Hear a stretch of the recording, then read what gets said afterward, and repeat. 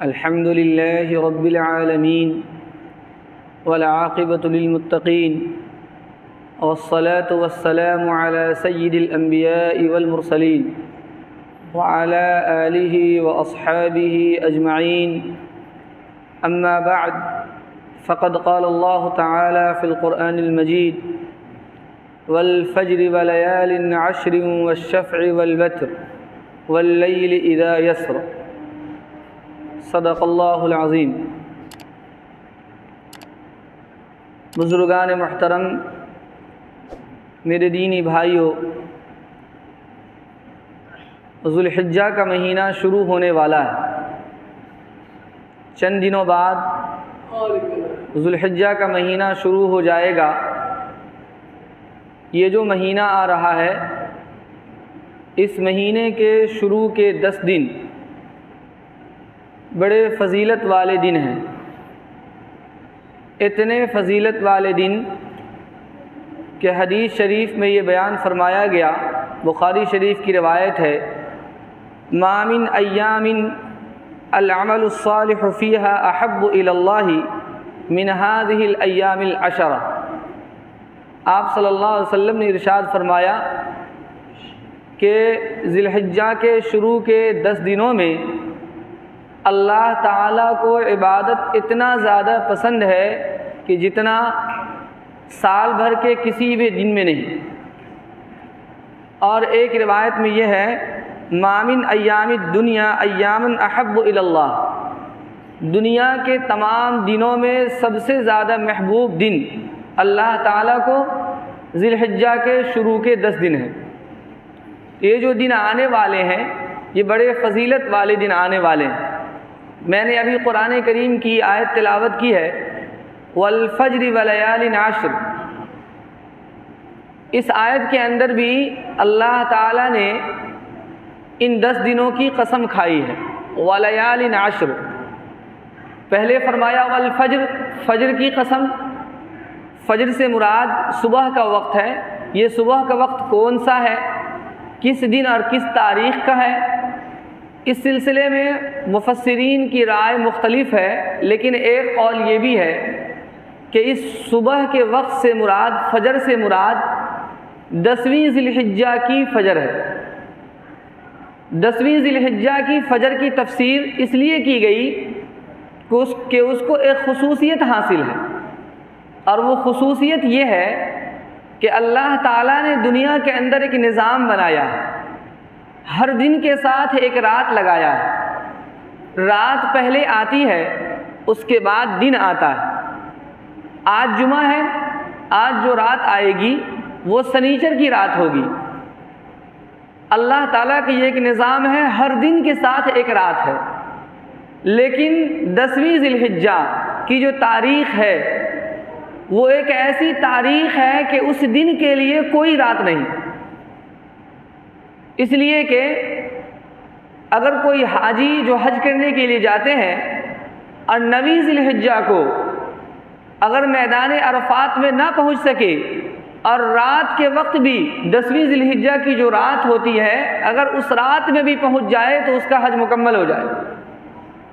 اس سے پتہ چلا کہ 10ویں ذی الحجہ کی جو صبح ہے، یہ 10ویں ذی الحجہ کا جو دن ہے، اس سے پہلی جو رات ہے وہ بھی 9ویں ذی الحجہ کی، اور 8ویں ذی الحجہ کے بعد جو رات ہے وہ بھی 9ویں ذی الحجہ کی.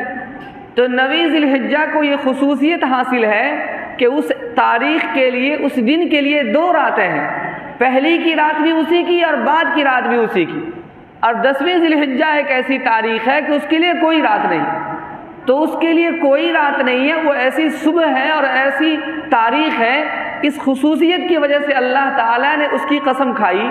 اور ایک بات یاد رکھیے کہ اللہ تعالیٰ جب کسی چیز کی قسم کھاتے ہیں تو اس سے مقصد اللہ تعالیٰ کو اپنی بات کو پختہ کرنا یا یقین دلانا نہیں ہوتا. لا ریب فیہ، اللہ کی بات میں تو کوئی شک و شبہ ہے ہی نہیں. اللہ تعالیٰ جب کسی چیز کی قسم کھاتے ہیں تو اس سے مراد اس چیز کی اہمیت کو بتلانا ہے، اس چیز کی فضیلت کو بتلانا ہے. اللہ تعالیٰ قرآن کریم میں مختلف چیزوں کی قسم کھا کر اس چیز کی اہمیت کو بتلاتے ہیں ایسے ہی اس سورت کے اندر فجر کے وقت کی قسم کھائی اور یہ 10ویں ذی الحجہ کے فجر اور 10ویں ذی الحجہ کے دن کی فضیلت کو بتلایا۔ اور اسی سورت کے اندر اللہ تعالیٰ نے وَلَيَالٍ عَشْرٍ 10 تاریخوں کی 10 دنوں کی قسم کھائی ہے۔ 10 دنوں سے مراد مفسرین نے لکھا کہ یہ ذی الحجہ کے شروع کے 10 دن ہیں۔ یہاں تک کہ علماء نے لکھا، آپ کو تعجب ہوگا اور شاید آپ کے لیے نئی بات ہو، علماء نے لکھا ہے کہ رمضان کے دنوں سے بھی زیادہ افضل اور فضیلت والے دن ذی الحجہ کے شروع کے 10 دن۔ علامہ انور شاہ کشمیری رحمۃ اللہ علیہ بخاری کی شرح میں لکھتے ہیں کہ عبادت کرنے کے اعتبار سے، ثواب کے اعتبار سے ذی الحجہ کے 10 دن رمضان کے دنوں سے بہتر ہے، اور رمضان کی راتیں ذی الحجہ کے راتوں سے بہتر ہے۔ عبادت کے اعتبار سے رمضان کی راتیں بہتر ہے، اور عبادت کے اعتبار سے ذی الحجہ کے شروع کے 10 دن رمضان سے بھی زیادہ بہتر ہے۔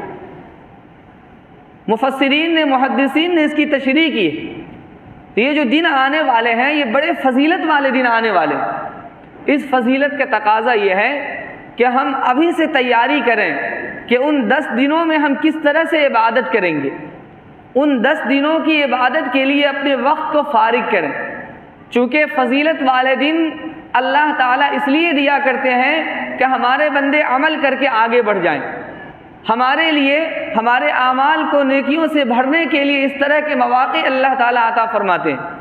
اس کا تقاضا یہ ہے کہ ابھی سے ہم تیاری کریں، ان 10 دنوں کی عبادت کے لیے اپنے وقت کو فارغ کریں، نظام الاوقات بنائیں جیسے رمضان کے لیے بناتے ہیں۔ تو ان 10 دنوں کی بڑی فضیلت ہے، اور ایک روایت کے اندر اللہ کے نبی صلی اللہ علیہ وسلم نے ارشاد فرمایا کہ یہ جو 10 دن آنے والے ہیں ذی الحجہ کے، ان 10 دنوں میں ایک دن کا روزہ 1 سال کے روزے کے برابر، اور ایک رات کی عبادت شب قدر کی عبادت کے برابر۔ سوچئے، شب قدر کی عبادت 1000 مہینوں سے بہتر، اور فرمایا کہ ان ذی الحجہ کے 10 دنوں میں سے اگر کوئی ایک دن عبادت رکھ لے، 10 دن سے مراد 9 دن ہے، اس لیے کہ 10ویں تاریخ کو تو روزہ رکھنا ہے حرام، ایک دن کا روزہ 1 سال کے روزے کے برابر، اور ایک رات کی عبادت شب قدر کی عبادت کے برابر۔ تو بہرحال یہ دن آنے والے ہیں، اس کی ہمیں تیاری کرنی چاہیے۔ یہ جو ذی الحجہ کا مہینہ شروع ہوتا ہے تو اللہ تبارک و تعالیٰ کی طرف سے کچھ خاص احکام ہم مسلمانوں کو دیے جاتے ہیں۔ ان احکام میں سے سب سے پہلا حکم، جب ذی الحجہ کا چاند نکلتا ہے اسی وقت اللہ تعالیٰ کا سب سے پہلا حکم ہماری طرف متوجہ ہوتا ہے، اور وہ حکم یہ ہے کہ اللہ کے نبی صلی اللہ علیہ وسلم نے ارشاد فرمایا کہ جب کوئی مسلمان اللہ کے راستے میں قربانی دینا چاہتا ہو، قربانی کا ارادہ رکھتا ہو، تو اس کو چاہیے کہ ذی الحجہ کے چاند نکلنے کے بعد سے اپنے ناخن نہ کاٹے، اور جسم کے کسی حصے کا بال نہ کاٹے، اور کہیں سے کوئی کھال نہ کاٹے۔ یہ حکم دیا گیا کہ جسم کے اوپر جو بال ہے، جو کھال ہے، ناخن ہے، اس کو برقرار رکھا جائے چاند نکلنے کے بعد۔ لیکن یہ حکم اس کے لیے ہے جو آدمی قربانی کرنے کا ارادہ رکھتا ہو، صاحب نصاب ہو، قربانی دینا چاہتا ہو۔ جو قربانی دینا نہیں چاہتے، جن کو قربانی نہیں دینی، ان کے لیے یہ حکم نہیں ہے۔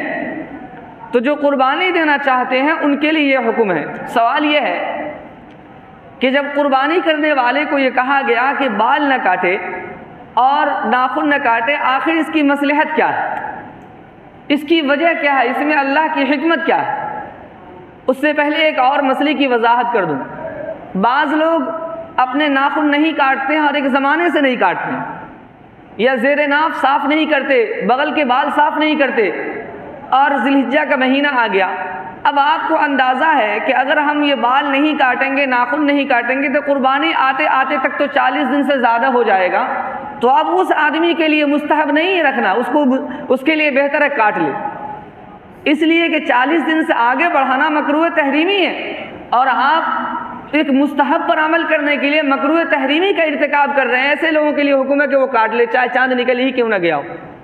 یہ اس کے لیے حکم ہے کہ جس کو قربانی تک 40 دن پورے نہ ہو، زیر ناف اور بغل اور ناخن کاٹے ہوئے، اس آدمی کے لیے مستحب ہے کہ وہ آدمی رکھ لے۔ بہرحال اس کی مصلحت کیا ہے؟ علماء نے اس کی مختلف مصلحتیں بیان کی۔ ایک بڑی مصلحت تو یہ ہے کہ یہ جو ایام ہیں ذی الحجہ کے شروع کے 10 دن حجاج کرام پہلے سے سفر کر کے اللہ کے گھر بیت اللہ پہنچ جاتے ہیں. وہاں حاجی لوگ ان 10 دنوں میں حج کے خاص رکن کو ادا کرتے ہیں، حج کی عبادت ادا کرتے ہیں. جو لوگ پہلے پہنچتے ہیں وہ طواف کرتے ہیں، وہ عمرہ کرتے ہیں. تو ان دنوں کے اندر حجاج کرام بیت اللہ کے اندر پہنچ کر وہ اللہ کی عبادت میں لگے اور اللہ کی رحمت ان پر بارش کی طرح برستی ہے. حاجیوں کو یہ حکم ہے کہ احرام باندھنے کے بعد سے حج مکمل ہونے تک وہ ناخن نہ کاٹیں، وہ بال نہ کاٹیں. وہ احرام کی حالت میں ہوتے ہیں، ان کو مختلف پابندیوں کا پاس و لحاظ رکھنا پڑتا ہے. اللہ تبارک و تعالیٰ نے ہم لوگوں پر یہ مہربانی کی کہ جو لوگ حج کرنے کے لیے مکہ نہیں جا سکے وہ اپنے وطن میں رہ کر کے ان حاجیوں کی مشابہت اختیار کر لے تو اللہ تعالیٰ وہ رحمت جو ان کو دے رہے ہیں وہ رحمت ہمیں بھی عطا فرمائیں گے. اور وہ مشابہت کیا ہے کہ وہ ناخن نہیں کاٹتے، بال نہیں کاٹتے، ہم بھی ناخن نہ کاٹیں، بال نہ کاٹیں، تاکہ ان سے کچھ مشابہت ہو جائے. وہ احرام باندھتے ہیں، اب احرام کا حکم تو نہیں دیا جائے گا ورنہ پورے گاؤں لگے گا حج کرنے کے لیے جا رہا. تو مشابہت کا مطلب یہ نہیں کہ پورے طور پر ہو، کچھ چیزوں میں مشابہت ہو جائے تو انشاءاللہ اللہ کی طرف سے رحمت ہماری طرف بھی متوجہ ہو جائے گی. تو یہ جو ناخن نہ کاٹنے اور بال نہ کاٹنے کا حکم دیا گیا یہ اس لیے کہ ہماری مشابہت ان سے ہو جائے. اور جب مشابہت ہوتی ہے تو اللہ کی رحمت بھی متوجہ ہوتی ہے. حضرت تھانوی رحمۃ اللہ علیہ نے ایک واقعہ بیان فرمایا اور یہ مذہب اسلام کے اندر بڑی اہمیت ہے مشابہت کی. اللہ کے نبی صلی اللہ علیہ وسلم نے ارشاد فرمایا من تشبہ بقوم فہو منہم، جو قوم جس کی مشابہت اختیار کرے اس کا حشر بھی اسی کے ساتھ ہے. حضرت تھانوی رحمۃ اللہ علیہ نے لکھا ہے کہ ایک آدمی ہولی کا دن تھا، پان کھا کر جا رہا تھا. ایک گدھے کو دیکھا، اس نے اس کے جسم پر تھوک پھینک دیا، پان کی پیٹ پھینک دیا ہنستے ہوئے اور کہا کہ تجھے کسی نے ہولی نہیں کھلائی، لاؤ میں تجھے ہولی کھلا دیتا ہوں. اس کا انتقال ہوا. کسی نے خواب میں دیکھا کہ جہنم کے اندر جل رہا ہے. پوچھا کیا معاملہ ہوا؟ کہا کہ بھائی سب کچھ تو ٹھیک ٹھاک تھا، میں نے ایک مرتبہ یہ حرکت کی، اللہ تعالیٰ نے کہا کہ تم نے دوسروں کی مشابہت اختیار کی، جاؤ اسی کے ساتھ تمہارا بھی حشر. اسی طرح ایک واقعہ لکھا ہے کہ ایک آدمی مرنے لگا، اپنے بچوں کو بلایا اور کہا کہ میں تو مر رہا ہوں لیکن جب میں مر جاؤں تو میرے چہرے کے بال پر، داڑھی پر اور سر کے بال پر آٹا لگا دینا یا اس زمانے میں جو چیز رہی ہوگی لگا کر کے سفید بنا دینا. بچوں نے وصیت پر عمل کی، اس کے داڑھی کے بال کو، سر کے بال کو سفید کر دیا. جب انتقال کر گئے اور لوگوں نے دفن کیا، لیکن کسی نے خواب میں دیکھا کہ جنت کے اندر. پوچھا کیسے جنت ملی؟ کہا کہ بات یہ ہے کہ میں نے جو وصیت کی تھی میرے بچوں نے اس پر عمل کیا. فرشتے نے پوچھا کہ ایسا کیوں کیا؟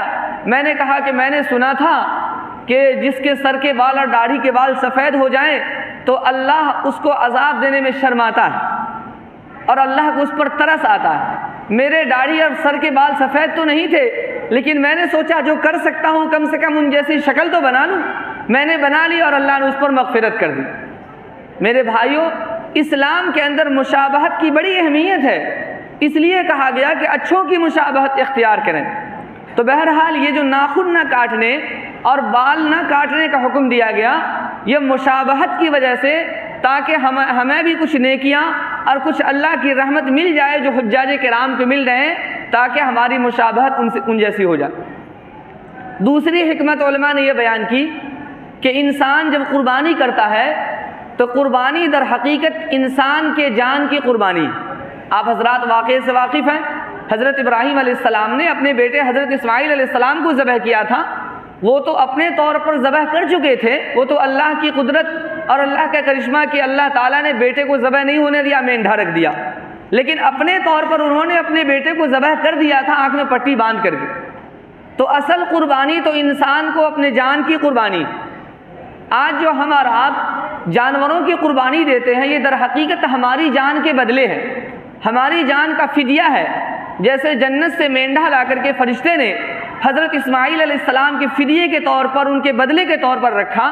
اللہ تعالیٰ نے ہم سب پر مہربانی کی اور کہا کہ اے لوگوں اگر تم جانور کو ذبح کر دو گے تو ہم سمجھیں گے تم نے اپنے آپ کو ذبح کر دیا، تمہارے بدلے میں جانور ذبح ہو جائے گا، نیکی ہم تم کو اپنی قربانی کا دیں گے۔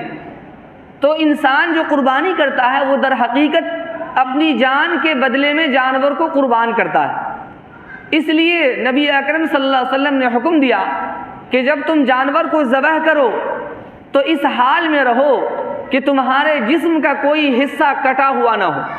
جانتے ہیں جانور کو جب خریدا جاتا ہے تو کان دیکھا جاتا ہے، سینگ دیکھا جاتا ہے کہ اس کی جسم کا کوئی حصہ ناقص نہ ہو، ادھورا نہ ہو۔ جب انسان جانور قربان کرتا ہے تو انسان کے جسم کے ہر عضو کے بدلے میں جانور کے جسم کا ہر عضو قربان ہوتا ہے۔ تو اصل بات یہ ہے کہ انسان کے بدلے میں جانور قربان ہوتا ہے۔ تو یہ بتلایا گیا، یہ حکم دیا گیا کہ انسان اپنے بال ناخن نہ کاٹے، کہ جس طرح سے جانور ذبح ہو کر کے پورے طور پر قربان ہوگا ہمارے جسم کے ہر عضو کے گناہ کو اللہ تعالیٰ دھل دیں گے۔ یہ مصلحت ہے، اس لیے حکم دیا گیا کہ بال اور ناخن نہ کاٹے۔ بہرحال میں نے بتایا کہ یہ حکم اس کے لیے ہے کہ جو آدمی قربانی کرتا ہو۔ جب یہ مہینہ شروع ہوتا ہے تو پہلا حکم تو بال اور ناخن نہ کاٹنے کا، دوسرا حکم نویں ذی الحجہ کی فجر سے 13ویں ذی الحجہ کے عصر تک یہ حکم ہوتا ہے کہ ہم تکبیر تشریق کا ورد کریں۔ تکبیر تشریق کیا ہے؟ اللہ اکبر اللہ اکبر، لا الہ الا اللہ واللہ اکبر، اللہ اکبر وللہ الحمد، اس کو تکبیر تشریق کہتے ہیں۔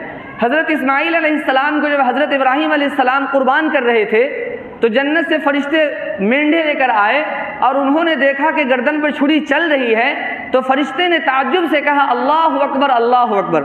حضرت ابراہیم علیہ السلام کے آنکھ پر پٹی بندھی تھی، انہوں نے جب یہ جملہ سنا تو ان کو سمجھ میں آ گیا کہ اللہ تعالیٰ نے میری قربانی کو قبول کر لی اور اللہ تعالیٰ نے مجھے خوشخبری دی ہے۔ حضرت ابراہیم علیہ السلام نے کہا لا الہ الا اللہ واللہ اکبر۔ ابراہیم علیہ السلام نے اس خوشی میں کہ میری قربانی قبول ہو گئی اللہ تعالیٰ کی حمد بیان کی۔ حضرت اسماعیل علیہ السلام نے جب یہ جملہ سنا تو انہوں نے اللہ کی حمد کی اور اللہ کی بڑائی بیان کی کہ میری بھی قربانی قبول ہو گئی، اور اسماعیل علیہ السلام نے کہا اللہ اکبر وللہ الحمد۔ تو حضرت جبرائیل علیہ السلام، حضرت ابراہیم علیہ السلام اور حضرت اسماعیل علیہ السلام، ان تینوں کے کلام کو ملا کر کے تکبیر تشریق بنایا گیا ہے۔ اللہ اکبر لا الہ الا اللہ واللہ اکبر، اللہ اکبر وللہ الحمد۔ اس تکبیر تشریق کو پڑھنے کا حکم ہے 9ویں ذی الحجہ کی فجر سے 13ویں ذی الحجہ کے عصر تک۔ ہر فرض نماز کے بعد، چاہے وہ مقتدی ہو، چاہے امام ہو، چاہے تنہا نماز پڑھ رہا ہو، چاہے مرد ہو چاہے عورت ہو، ہر آدمی کو حکم ہے کہ ایک مرتبہ بلند آواز سے پڑھے، عورتیں آہستہ آواز سے، مرد ذرا بلند آواز سے پڑھے۔ اس سلسلے میں ایک غلط فہمی ہمارے معاشرے میں، اس کو سمجھانے کی ضرورت ہے۔ وہ غلط فہمی کیا ہے کہ ہم نے یہ سمجھ رکھا ہے کہ ان 9ویں ذی الحجہ سے لے کر 13ویں ذی الحجہ کے صرف فرض نماز کے بعد پڑھنا ہے، اس کے بعد اگر پڑھ لے کوئی تو ہم اسے ٹوکتے ہیں کہ فرض نماز کے بعد پڑھنے کا حکم۔ ایسا نہیں ہے۔ 9ویں ذی الحجہ کی فجر سے 13ویں ذی الحجہ کے عصر تک ہر فرض نماز کے بعد اس تکبیر تشریق کا پڑھنا واجب ہے، ضروری ہے، لیکن سنتوں کے بعد پڑھنا مستحب ہے۔ فرض نماز کے بعد پڑھنا واجب ہے، مطلب ضروری ہے، پڑھنا ہر حال میں ضروری ہے، لیکن سنتوں کے بعد پڑھنا مستحب ہے، یعنی ضروری نہیں ہے، مستحب ہے، اس میں بھی اجر ہے۔ در حقیقت اللہ تعالیٰ کو اس پورے عشرے کے اندر یہ مطلوب ہے کہ ہماری کبریائی بیان کی جائے، اس لیے سنتوں کے بعد بھی پڑھنے کا اہتمام کرنا چاہیے۔ فرض کے بعد تو ضروری ہے، سنتوں کے بعد بھی پڑھنے کا اہتمام کرنا چاہیے۔ ساتھ ہی جیسے ہی ذی الحجہ کا چاند نکلے اس کے بعد سے ہی اس تکبیر کا پڑھنا مستحب ہے۔ ہم لوگوں نے سمجھ لیا ہے کہ بس 9ویں ذی الحجہ سے ہی پڑھنا، اس سے پہلے نہیں پڑھنا، ایسا نہیں ہے۔ صحابہ کرام کا یہ معمول تھا کہ جب ذی الحجہ کا چاند نکلتا اس کے بعد سے اس تکبیر کو چلتے پھرتے، نمازوں کے بعد بازاروں میں جہاں جاتے وہاں اس تکبیر کا ورد رکھتے تھے۔ اس لیے اس تکبیر کا ورد چاند نکلنے کے بعد سے ہی شروع ہونا چاہیے۔ یہ الگ بات ہے کہ 9ویں ذی الحجہ کی فجر سے پڑھنا ضروری ہو جاتا ہے، اور فرض نماز کے بعد 9ویں ذی الحجہ سے پڑھنا ضروری ہوتا ہے، باقی سنتوں نفلوں کے بعد اور یہ چاند نکلنے کے بعد سے ہی پڑھنا مستحب ہے، اس لیے اس کا اہتمام کرنا چاہیے۔ تیسری چیز جو آج ہمیں بیان کرنی ہے وہ یہ ہے کہ اس مہینے کے اندر ذی الحجہ کے اندر 10ویں ذی الحجہ سے بقرعید کے دن سے قربانی کی جاتی ہے۔ قربانی کس پر ہے؟ قربانی اس آدمی پر واجب ہے جو آدمی صاحب نصاب ہو۔ صاحب نصاب ہونے کا کیا مطلب ہے؟ جو آدمی مسلمان ہو، عاقل ہو، بالغ ہو، مقیم ہو۔ یہ کچھ شرائط ہیں قربانی واجب ہونے کے لیے۔ مسلمان پر ہے، کافروں پر قربانی نہیں، اس لیے کہ وہ مکلف نہیں۔ عاقل ہو، اگر کوئی پاگل ہو، مجنون ہو، چاہے دولت مند ہے، اس پر قربانی واجب نہیں۔ وہ آدمی بالغ ہو، نابالغ بچے کے پاس اگر دھن دولت ہے، اس پر قربانی نہیں۔ ساتھ ساتھ وہ مقیم ہو، سفر پر نہ ہو، سفر کی حالت میں ہوگا۔ جو شرعی سفر ہے وہ شرعی سفر پر اگر نہ ہو، اپنے وطن کے اندر مقیم ہو، تو اس آدمی پر قربانی واجب ہو جاتی ہے اگر وہ آدمی نصاب کا مالک ہو۔ نصاب کیا ہے؟ نصاب 52.5 تولہ چاندی یا 7.5 تولہ سونا ہے۔ یہ 52.5 تولہ چاندی یا 7.5 تولہ سونا یہ پرانے زمانے میں کہا جاتا تھا۔ وجہ یہ تھی کہ جس وقت آپ صلی اللہ علیہ وسلم نے یہ مسئلہ بیان فرمایا تھا زکوٰۃ کا، صدقہ فطر کا، اس وقت جتنی قیمت تھی 52.5 تولہ چاندی کی، اتنی ہی قیمت 7.5 تولہ سونے کی بھی تھی، تو دونوں کی مالیت برابر تھی، اس لیے یا کہا جاتا تھا۔ اب چونکہ سونے اور چاندی کی قیمت میں بہت بڑا فرق ہے، اس لیے یہ مسئلہ پیدا ہو گیا کہ انسان جو زکوٰۃ ادا کرے گا یا انسان قربانی دے گا یا صدقہ فطر دے گا، تو اس میں 52.5 تولہ چاندی کا اعتبار ہوگا یا 7.5 تولہ سونے کا۔ فتویٰ اس بات پر ہے کہ 52.5 تولہ چاندی، 52.5 تولہ چاندی کی قیمت دیکھی جائے گی۔ 52.5 تولہ چاندی کی مقدار انگریزی حساب سے 612 گرام ہوتا ہے، 360 ملی گرام۔ 360 ملی گرام کو چھوڑیے، اس لیے کہ 1000 ملی گرام مل کر کے 1 گرام ہوتا ہے، تو 612 گرام چاندی ایک نصاب ہے۔ اگر کوئی آدمی 612 گرام چاندی کا مالک ہو یا 612 گرام چاندی کی قیمت کا مالک ہو، 612 گرام چاندی کی قیمت کیا ہے؟ آج میں نے معلوم کیا ہے 500 روپئے میں 10 گرام چاندی ہوتی ہے، تو اس حساب سے 100 گرام چاندی کی قیمت ہوئی 5000 اور 600 گرام چاندی کی قیمت ہو گئی 30,000 اور 10 گرام چاندی کی 500، تو رکھیے کہ 30,700 روپیہ بنا۔ اگر کوئی آدمی 612 گرام چاندی کا مالک ہے یا 612 گرام چاندی کی قیمت یعنی 30,700 روپیے کا مالک ہے یا 30,700 روپیے کے سامان تجارت کا مالک ہے یا 30,700 روپیے کے ضرورت سے زائد سامان کا مالک ہے یا 30,700 روپیے کے سونا کا مالک ہے یا ان تمام کے مجموعے کو ملا کر کے اگر کوئی آدمی اتنی قیمت کا مالک ہے تو ایسے آدمی پر قربانی واجب ہے۔ لیکن ایک شرط یہ ہے کہ وہ آدمی قرض سے فارغ ہو، یعنی اس کے پاس جو دولت ہے وہ قرض کے علاوہ ہو۔ اس کے پاس جو دولت ہے قرض میں منہا کر کے دیکھا جائے گا کتنا ہے۔ دوسری چیز یہ کہ ضرورت سے زائد ہو۔ یہ بھی سمجھ لیجئے کہ ضرورت سے زائد کا کیا مطلب ہے۔ لوگ یہ سمجھتے ہیں کہ ہم نے یہ پیسے رکھے ہیں بیٹی کی شادی کے لیے، یہ ہماری ضرورت ہے۔ لوگ سمجھتے ہیں کہ یہ پیسے ہم نے رکھے ہیں حج کرنے کے لیے، یہ ضرورت ہے۔ نہیں، یہ ضرورت سے زائد ہے۔ یہ ضرورت کا مطلب ہوتا ہے کہ انسان اس چیز کے نہ ہونے کی وجہ سے بھوک سے مر جائے یا انسان کی عزت لٹ جائے۔ مثلا اس آدمی کے پاس اتنا پیسہ ہے کہ جس سے وہ کھا پی سکتا ہو، پہننے کے لباس، کھانے کی چیزیں، چڑھنے کی سواری کے گاڑی، استعمال کرنے کے لیے موبائل، یہ سب چیزیں ضروریات ہے۔ اب ایک آدمی ہے جس کے پاس 2 موبائل ہے، ایک موبائل وہ استعمال کرتا ہے اور ایک موبائل گھر پہ رکھا ہوا، جب ضرورت پڑے گی دیکھیں گے، یہ بلا ضرورت ہے۔ یہ 2 گاڑی ہے، ایک گاڑی استعمال کرتا ہے، ایک گاڑی رکھی ہوئی ہے، جب ضرورت پڑے گی دیکھیں گے، یہ بلا ضرورت ہے۔ 2 مکان ہیں، ایک مکان میں رہتا ہے اور ایک مکان خالی پڑا ہے کہ جب ہوگا دیکھا جائے گا، اس میں رہنے کے لیے جب ہوگا کسی کو شفٹ کر دیں گے یا اپنے وہاں رہیں گے، اس کو چھوڑ دیں گے، یہ ضرورت سے زائد ہے۔ تو ضرورت کا مطلب ہوتا ہے کہ آدمی روزانہ اس کا محتاج ہو، اس کے بغیر آدمی کھائے پیے کے بغیر مر جائے گا یا اس کو پہننے کے لیے کپڑے نہ ہو، اس کو ضروریات زندگی کہتے ہیں، روزمرہ کی ضرورت۔ اس سے جو زائد ہیں، جیسے آپ نے پیسے رکھے ہیں بیٹی کی شادی کے لیے، تو یہ ضرورت ضرور ہے، لیکن اس کے بغیر آپ کھانے پینے کے بغیر مر نہیں سکتے ہیں، کپڑے کے بغیر ننگے نہیں رہ سکتے۔ تو ضروریات زندگی کے علاوہ جو چیزیں ہیں، اگر اس کی مالیت 30,700 روپیہ ہو، یاد رکھیے گا، یا تو 30,700 روپیہ کی چاندی ہو، یا سونا ہو، یا سامان تجارت ہو، یا پیسہ ہو، یا ضرورت سے زائد سامان ہو، یا ان پانچوں کو ملا کر کے کسی آدمی کے پاس تھوڑے سے سونے ہیں، تھوڑی سی چاندی ہے، تھوڑا سا پیسہ ہے، تھوڑے سے سامان تجارت بھی ہے، اور تھوڑے سے ضرورت سے زائد سامان بھی ہے، ان تمام کو ملانے سے ہم دیکھتے ہیں کہ قیمت 30,700 روپئے بن جاتے ہیں، تو ایسے آدمی پر قربانی واجب۔ آج اس پر غور کیجئے، ہمارے معاشرے کے اندر کتنے لوگ ہیں جن پر قربانی واجب ہے لیکن وہ قربانی نہیں دیتے۔ گھر کے اندر میاں بیوی ہے، بیوی کے پاس لاکھوں کا زیور ہے، وہ اس کی مالک ہے لیکن وہ قربانی نہیں دیتی، یہ گنہگار ہو جائیں گی، قربانی ان پر بھی واجب ہے۔ ہمارے معاشرے میں ایک یہ رواج چل پڑا ہے کہ 1 سال شوہر اپنے نام سے اور 1 سال بیوی اپنے نام سے، سوچتے ہیں کہ دونوں میں سے کوئی ایک دے دے تو کافی ہے۔ صحیح نہیں ہے یہ۔ اگر شوہر صاحب نصاب ہے، جیسا کہ میں نے نصاب کی تفصیل کی، اگر شوہر صاحب نصاب ہے اور بیوی بھی صاحب نصاب ہیں تو دونوں کو قربانی دینی پڑے گی اپنے اپنے طرف سے۔ اگر شوہر اور بیوی دونوں صاحب نصاب ہیں، اگر دونوں میں سے کوئی ایک ہے تو جو صاحب نصاب ہے اسی کو قربانی دینی پڑے گی۔ بیوی صاحب نصاب نہیں ہے، شوہر سوچتا ہے کہ پچھلے سال میں نے لیا تھا، اس سال اس کے نام سے کر دو، یہ گنہگار ہو جائیں گے۔ واجب کو چھوڑنے کا اس کو ثواب ملے گا لیکن آپ کو گناہ ملے گا، آپ نے قربانی نہیں دی واجب کو چھوڑنے کا۔ تو جس پر واجب ہو وہ آدمی اپنی طرف سے دے۔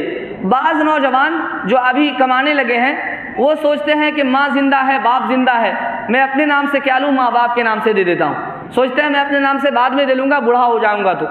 اب چونکہ ماں باپ صاحب نصاب نہیں ہے، اس پر تو واجب نہیں تھا، انہوں نے دیا، اس کی قربانی تو نفلی ہو گئی، اس کو تو ثواب ملا، لیکن یہ نوجوان جو کما رہا تھا، جو صاحب نصاب تھا، اس نے اپنی قربانی چھوڑ دی، گنہگار ہو جائے گا۔ تو اس لیے اس بات کا خیال رکھیے کہ اگر گھر میں ہر آدمی صاحب نصاب ہے، میاں بیوی دونوں صاحب نصاب ہے، بچہ بالغ ہو گیا وہ صاحب نصاب ہے، وہ اپنی قربانی الگ کرے گا، بیوی اپنی قربانی الگ کرے گی، شوہر اپنی قربانی الگ کرے گا۔ کوئی آدمی صاحب نصاب ہو اور دوسرے کے نام سے کر دے تو دوسرے کو ثواب ملے گا لیکن چھوڑنے کا گناہ اس کو ملے گا۔ تو یہ بات یاد رکھنے کی ہے۔ اسی طریقے سے ہمارے معاشرے میں ایک غلط فہمی یہ بھی ہے، لوگ سوچتے ہیں کہ ہمارا تو عقیقہ ہوا نہیں، ہم قربانی کیسے دیں گے؟ عقیقہ و قربانی سے کیا تعلق؟ عقیقہ بچپن کی سنت ہے، قربانی صاحب نصاب کے لیے ہے، عقیقہ کا قربانی سے کوئی تعلق نہیں۔ عقیقہ بچپن میں کرنا چاہیے، نہیں کیا مرضی ہے کر دو، نہیں ہے نہیں کرو، لیکن قربانی اگر آپ صاحب نصاب ہے تو آپ کو کرنی چاہیے۔ لوگ یہ سمجھتے ہیں کہ اگر عقیقہ نہیں کیا تو قربانی نہیں ہوگی، یہ غلط فہمی ہے، ایسا نہیں ہے۔ آپ عقیقہ کریں نہ کریں، قربانی آپ پر، اور اگر واجب ہے تو کرنی چاہیے آپ کو۔ تو بہرحال یہ کچھ مسائل ہیں، یاد رکھیے گا۔ نصاب کو اس وقت کی قیمت کے اعتبار سے 30,700 روپئے نصاب بنتا ہے۔ اگر کوئی آدمی 30,700 روپئے کا مالک ہے، یا اتنے روپئے کے چاندی کا مالک ہے، یا اتنے روپئے کے سونے کا مالک ہے، یا اتنے روپئے کے سامان تجارت کا مالک ہے، یا اتنے روپئے کے ضرورت سے زائد سامان کا مالک ہے، تو ایسا آدمی قربانی کرے۔ یا کوئی آدمی ان تمام کو ملا کر کے اتنے روپئے کا مالک ہو جاتا ہے تو اس پر بھی قربانی واجب ہے۔ ہمارے گھروں کے اندر قربانی کے تعلق سے ایک اور مسئلہ ہے۔ ہماری گھروں میں خواتین زیورات تو رکھتی ہی ہیں، قیمتی کپڑے بھی رکھتی ہیں۔ وہ قیمتی کپڑے جو سال بھر استعمال میں نہیں آتے، یہ ضرورت سے زائد ہے، اس کی بھی قیمت کا اعتبار کیا جائے گا۔ زیور کا تو قیمت کا اعتبار ہے، لیکن وہ سامان اور وہ کپڑے جو آپ نے رکھے ہیں سال بھر استعمال میں نہیں آتے، وہ ضرورت سے زائد ہیں۔ اسی طریقے سے ہمارے گھروں کے اندر جہیز میں عورتیں لاتی ہیں، بڑی بڑی دیگچیاں لاتی ہے، پیتل کی اور کس کی۔ پہلے زمانے میں رواج تھا، ابھی بھی بہت سی چیزیں جو بلا ضرورت لے کر کے آتی ہیں، مقصد یہ ہوتا ہے کہ ضرورت پڑے تو بیچ کر کے ہم کچھ کر لیں گے، کچھ بنا لیں گے۔ وہ جو دیگچیاں ہیں، وہ جو برتن ہیں، وہ جو ظروف ہیں جو استعمال میں کبھی نہیں آتے، وہ وقت اور ضرورت کے لیے محفوظ کیے ہوئے ہیں، وہ ضرورت سے زائد ہے، اس کی بھی قیمت کا اعتبار کیا جائے گا۔ تو ضرورت سے زائد کا مطلب سمجھ لیجئے، جو آپ سال بھر ضرورت میں نہیں لاتے۔ ایک آدمی 12 جوڑے کپڑے رکھتا ہے، لیکن وہ 12 جوڑے کپڑے کو سال بھر پہنتا رہتا، وہ ضروریات ہے۔ لیکن کوئی آدمی 5 جوڑے کپڑے رکھا ہے، 3 ہی جوڑا پہنتا ہے سال بھر، 2 جوڑا رکھے ہوا ہے سال بھر نہیں پہنتا، وہ بلا ضرورت ہے، اس کی قیمت کا اعتبار کیا جائے گا۔ سمجھ رہے ہیں نا؟ تو اس کا اعتبار کرنا چاہیے اور لوگوں کو سمجھنا چاہیے۔ تو یہ جو قربانی کا موقع آ رہا ہے، اس موقع پر قربانی کا اہتمام کریں۔ اللہ تبارک و تعالی ہم سب کی قربانی کو قبول فرمائے۔ انشاءاللہ اگلے ہفتے قربانی کے تعلق سے اور بھی کچھ باتیں بتائی جائے گی۔ وآخر دعوانا الحمدللہ رب العالمین۔